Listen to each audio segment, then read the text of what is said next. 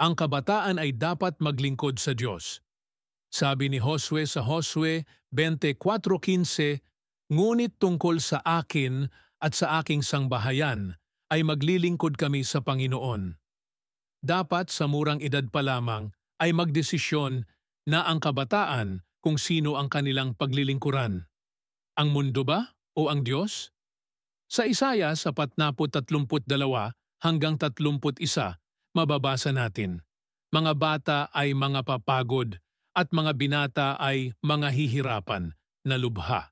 Ngunit silang nagsisipaghintay sa Panginoon ay magpapanibagong lakas." Kahit ang kabataan, napapagod din. Pero kapag sila'y umaasa sa Panginoon, may panibagong lakas silang makakamtan. At huwag kalilimutan ang pangako ng Diyos sa Mateo 6:33.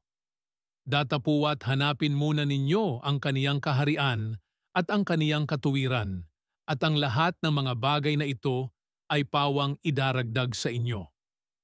Kung uunahin ng kabataan ng Diyos, siya mismo ang bahala sa kanilang pangangailangan. Mga kabataan, tandaan ninyo, kayo ay mahalaga sa Diyos. Ang inyong lakas, talento, at panahon ay hindi dapat sayangin sa kasalanan, kundi dapat ialay sa Kanya. Kung uunahin ninyo ang Diyos sa inyong kabataan, siya ang mag-aalaga at gagabay sa inyo hanggang sa pagtanda.